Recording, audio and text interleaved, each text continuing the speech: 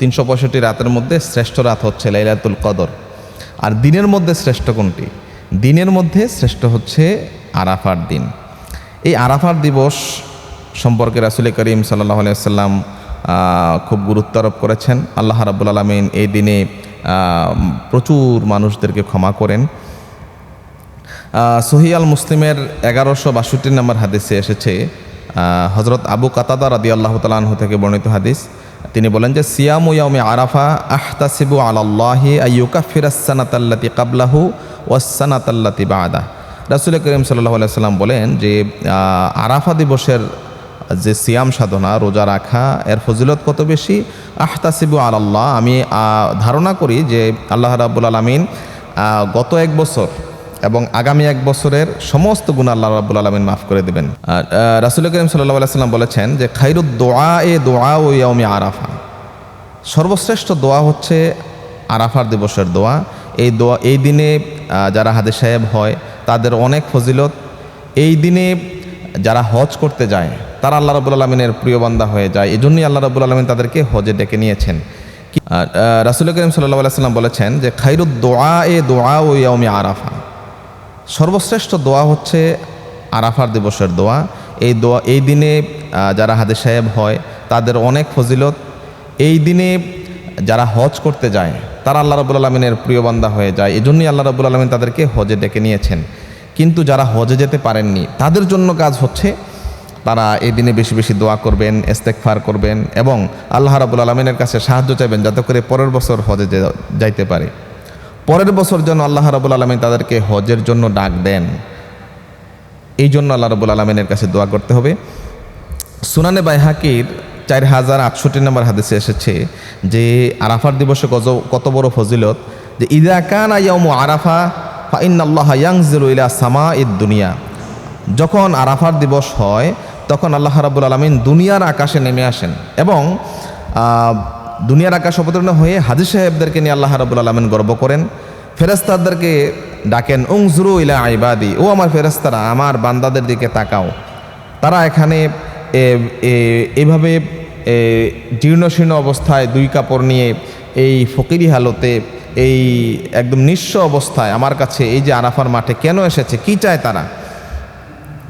ফেরেশতারা বলে আল্লাহ তারা আপনার কাছে ক্ষমা চায়। তখন আল্লাহ রাব্বুল আলামিন বলেন যে উশহিদুকুম আন্নী কাদ গাফারতু লাহুম, তোমরা সাক্ষী থাকো যে আমি এই আরাফার ময়দানে যারা আমার কাছে ক্ষমা চায় তাদের সবাইকে আমি মাফ করে দিলাম। সুবহানাল্লাহ। প্রিয় উপস্থিতি, সহিহ মুসলিমের 1348 নম্বর হাদিসে এসেছে মা মিন ইয়াউমিন আকসারা মিন আইয়ুতিকাল্লাহু ফীহি আবদান মিনান নারি মিন ইয়াউমি আরাফা, আরাফার দিবসের তুলনায় এমন কোনো দিবস নাই যে এর চাইতে বেশি ক্ষমা করা হয়। কারণ আরাফার দিবসে আল্লাহ রাব্বুল আলামিন পৃথিবীর মানুষদেরকে ব্যাপক হারে ক্ষমা করে দেন। হাদিসটি এসেছে সহিহ মুসলিমের 1348 নম্বর হাদিস। যে দোয়াগুলো করেছেন সেগুলো হচ্ছে শ্রেষ্ঠ দোয়া। দোয়াটা কি? রাসূল করিম সাল্লাল্লাহু আলাইহি ওয়াসাল্লাম বললেন যে লা ইলাহা ইল্লাল্লাহু ওয়াহদাহু লা শারীকা লাহু লাহুল মুলকু ওয়া লাহুল হামদু ওয়া হুয়া আলা কুল্লি শাইইন কাদির। আল্লাহ রাব্বুল আলামিনের কাছে ওই দিন আমরা কায়মানুবাক্যে দোয়া করব যারা হজে যেতে পারেনি, যে আল্লাহ ছাড়া কোনো ইলাহ নাই, তিনি এক এবং একক, তার কোনো শরিক নাই। লাহুল মুলক ও লাহুল হামদু, তার জন্য সমস্ত রাজত্ব, তার জন্য সমস্ত প্রশংসা, তিনি হচ্ছেন সর্ববিষয়ের উপর সর্বশক্তিমান।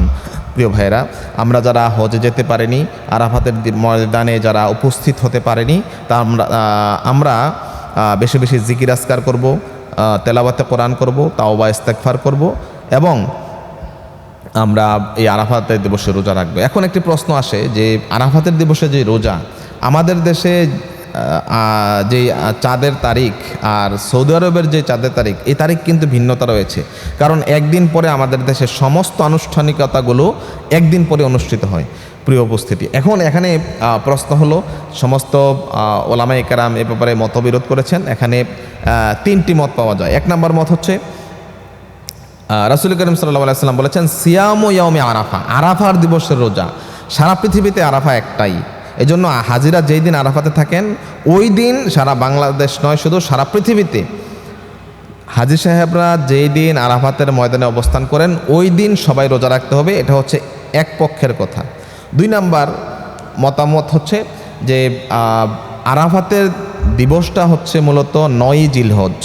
এই 9 জিলহজ তারিখ স্থানীয় অনুযায়ী যেই যেই দেশে যেই দিন 9 তারিখ হবে জিলহজের ওই দিন রোজা রাখবে। এটা হলো দুইটা মত। আর তৃতীয় মতটা আমার কাছে একটু ভালো মনে হয়, সেটা হচ্ছে যে সৌদি আরবে হাজী সাহেবরা যেদিন আরাফাতের ময়দানে থাকবেন ওই দিনও রোজা রাখবেন। আমাদের দেশে যেদিন যেদিন 9 তারিখ হয় ওই দিনও রোজা রাখবেন। তার মানে রোজা হবে দুইটা।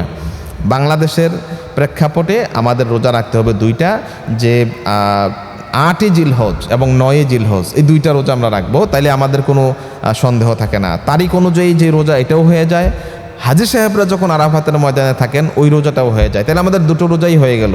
আল্লাহ রাব্বুল আলামিন আমাদেরকে আরাফাতের রোজা রাখার তৌফিক দান করুন, এবং আরাফাত দিবসে যারা হজে গিয়েছেন তারা যে সমস্ত দোয়া করবেন তাদের দোয়ার সাথে আমাদেরও আল্লাহ রাব্বুল আলামিন মাফ করে দিক, এবং সারা পৃথিবীতে যত মুসলিম আছে তাদের প্রতি আল্লাহ রাব্বুল আলামিন রহম এবং করম করুন।